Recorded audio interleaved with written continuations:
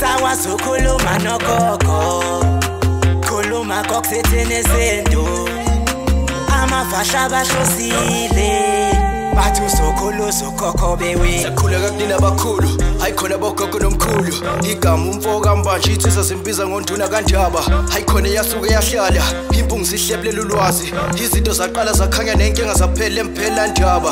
Isisa kithi siyakhala, sekhona nenyanga zamanga. Izinto sakithi siyahamba engathi sekhona abafundisi bamanga. Impungu ngayishikelela phansi.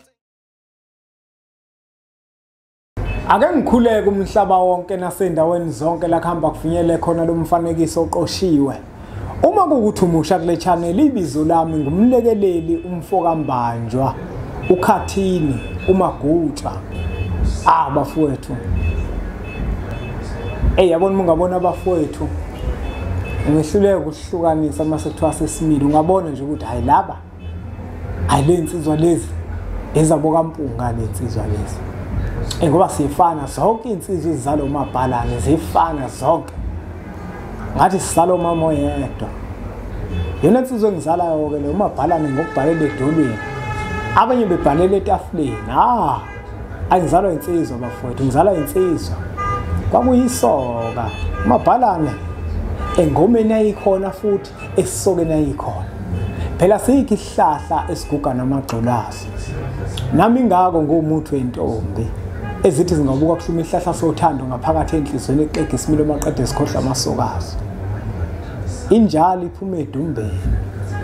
Ngumshana ke wakofuze fulelo mashiya amahlangatha azoshumayela umzukulu kaMdumo. Igabeni mabanga elizalo uthumbu la tshatatsha, utshatshatsha zalo upheshe. Uphesha zalo uMaguyana, uMaguyana zalo uVaphi, uVapha zalo uNokhonjo. Amakhehla ke lawa komalume bami. Kofuza abakhulu. La kwagqitshwa khona inkaba yami.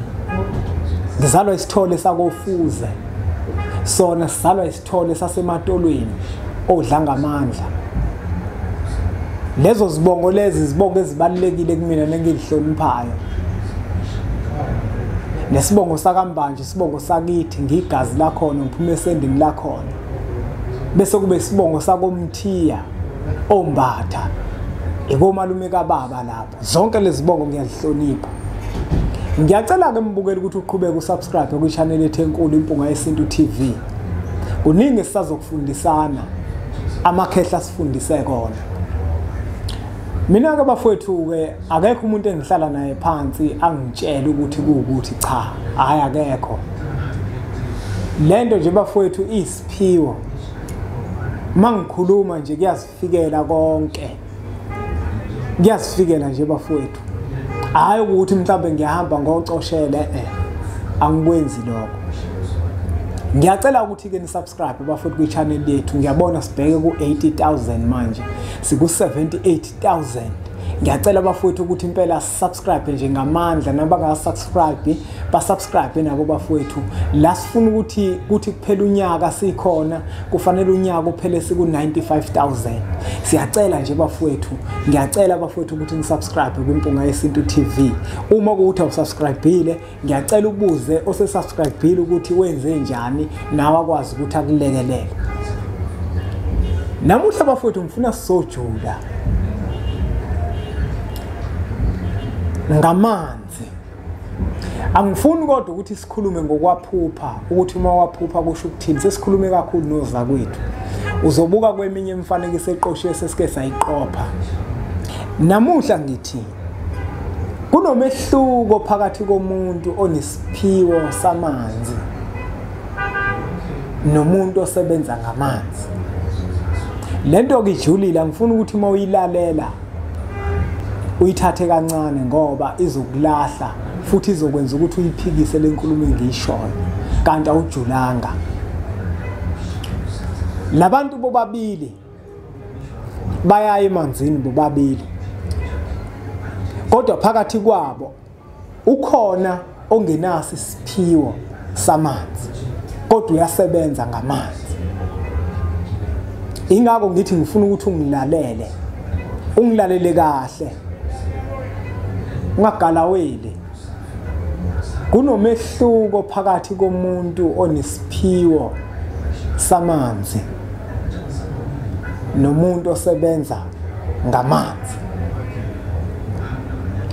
Ukuze kube unogwaja omhlophe ugijima ehlungwini, ngizokwenzela isibonelo ngomfo kaKhoza oyinyanga ngapha empangeni. Uke wafika la wathi ugaya umuthi agaya isilwane.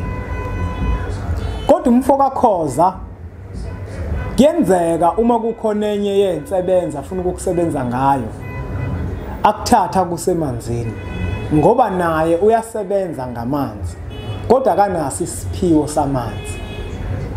Anganuzwile ukuthi ugaya ikhubalo agaya isilwane, kodwa izoba khona into ezomphoqa ukuthi akuthathe akusemanzini ngoba amanzi uyasebenza ngawo kodwa akanaso isiphiwo samanzi.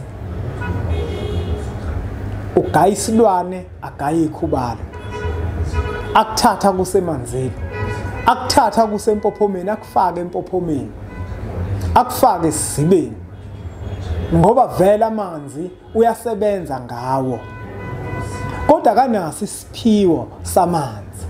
Ingakho ngithe lento ngifuna ukuthi uyilalele kahle ngoba ijulile. Sebenzisa nje amakhubalo, usebenzisa nezilwane kodwa uyakwazi ukubusa emanzini, aye kokugeza emanzini ngoba uyasebenza ngawo amanzi. Ingakho ngithi namuhla ngizoveza umehluko phakathi komuntu onesiphiwo samanzi nomuntu osebenza ngamanzi. Uma ungaqhubeka umlandela umfo kaKhoza uzomuzwa enkulumeni azikhulumayo ukuthi hayi mina ungabofika no2 litha. Ingoba vele akanaso isiphiwo samanzi kodwa uyasebenza ngamanzi. Kunomuntu othola ukuthi ithongo lakhe lifisa ukuthi aye emntwini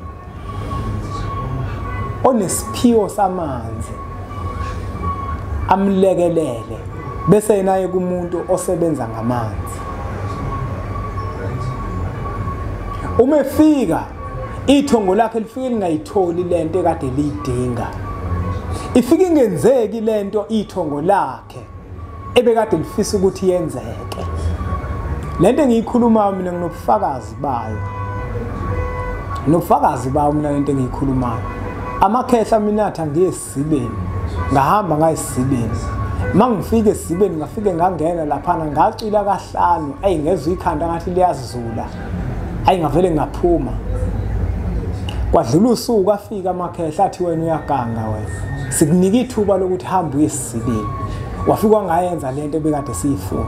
Sofuna ukuthi ke manje uthola umuntu onesipho sasemanzini okuyena ozokuthatha ayokufaka esizibeni. Ngathi mina ngikhombiseni balethe elinye ikhehla la ngithatha la kongifaka esizibeni.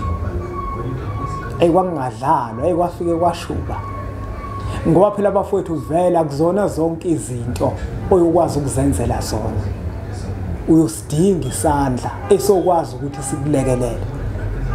Kodwa uma uzozikhohlisa uzoba nokungcola oba nako uthi uzohamba ozigeza wena. Uzozigeza kanjani wena? Ukungcola ubuveli nawe ungcolile kodwa akangikho lapho. Laba ngikhona ngekutheni ithongo lakho lizofuna ukuthi uhambe uye kumuntu onesiphiwo samanzi, hayi umuntu osebenza ngamanzi. Ingakho ngithe lento ihlukile futhi ijulile ngoba umuntu onesiphiwo samanzi akanazo into eziningi, lotho akanazo into eziningi, uphiwa amanzi nje. Yena uthatha amanzi nje awabusise akunikeze uhambe uyophila.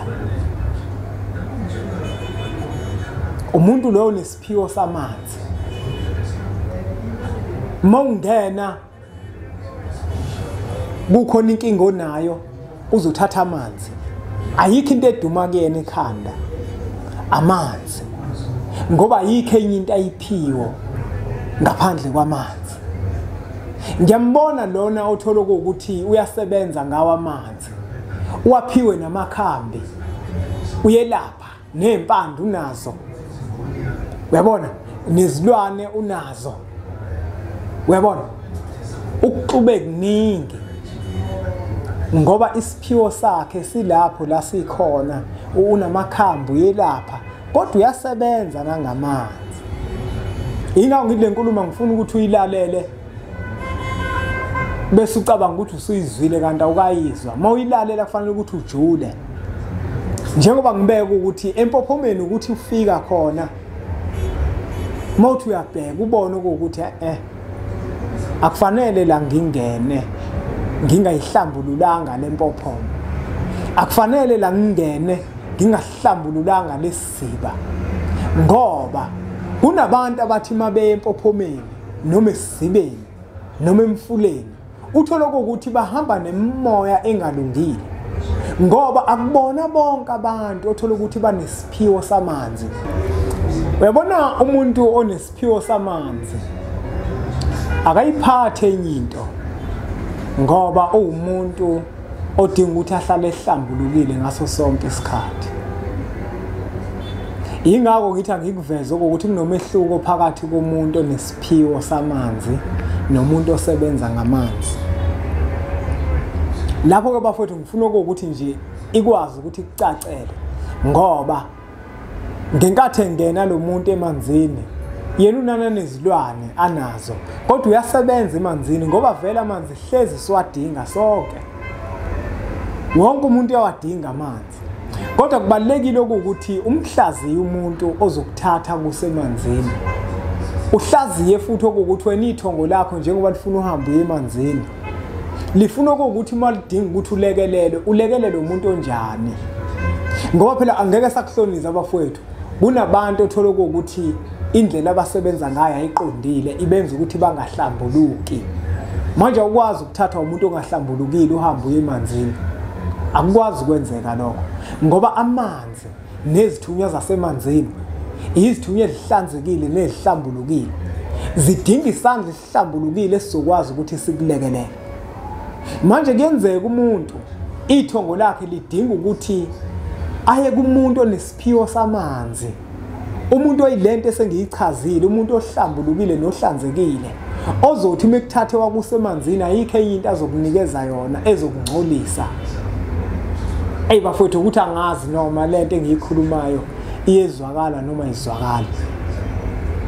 Kodwa ngicela ukuthi nijule ngalento engiyikhuluma ukuthi kunomehluko phakathi komuntu onesiphiwo samanzi nomuntu osebenza ngamanzi. Nomuntu othwele angasebenza ngamanzi. Ngoba kungakhona into edinga ukuthi ahambe ayosebenza emanzini. Kungakhona umuntu ozodinga ukuthi ahambe aye komgeza emanzini. Esebenzisa amakhuba lathile. Esebenzisa izinto ezithile emanzini. Amthatha umuntu amuse esizibeni. Kusemanzini esizibeni, amuse empophomeni, kusemanzini empophomeni.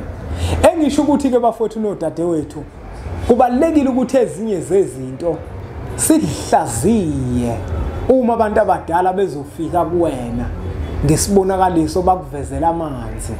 Kufanele ukuthi uhlaziye ukuthi umuntu onjani abamdinga ukuthi akulekelele ukusemanzini. Ngoba njengoba abantu besebenza abefani bafowethu, bakhona abanesiphiwo samanzi bese kube khona laba abakwazi ukusebenza emanzini okanye abasebenza ngamanzi. Labo bantu bobabili banomehluko. Noma bengena emanzini kuba nomehluko. Kuba nomehluko omkhulu. Kuba nomehluko omkhulu. Noma ufika futhi esigodlweni, umuntu ongenaso isiphiwo samanzi ngeke uthi mawufika esigodlweni sakhe akunikeze amanzi. Kodwa umuntu onesiphiwo samanzi uzowabusisa amanzi ngoba yena uyakwazi ukwashintsha amanzi abe umuthi lo wena osukuudinga. Uyakwazi ukuthi amanzi umeke wawathandazela abe yilento afisa ukuthi abe yiwona, enze lento afisa ukuthi ayenze. Angageqa amagula ngoba ngemuke. Bengilapho nje bafowethu nodadewethu ukuthi sichaze umehluko phakathi komuntu onesiphiwo samanzi nomuntu osebenza ngamanzi. Ukuthi umuntu osebenza ngamanzi nanoma ubani uyakwazi ukuthi ahambe ayosebenza ngamanzi. Kodwa kusho ukuthi unesiphiwo samanzi. Ukubona abantu beke emanzini, ukubona abantu besebenza emanzini, ukubona abantu belekelela abantu emanzini akusho ukuthi banesiphiwo samanzi. Ukhona umuntu ongenaso isiphiwo samanzi kodwa uyasebenza ngamanzi. Hayi bafowethu, ngiyacela niqhubeke nisubscribe kwi-channel ethu enkulu Impunga Yesintu TV. Sithathe imfanekiso eqoshe sidlulisele kwabanye abantu ngoba nakubona izoba usizo olukhulu. Bese sithi nje impunga.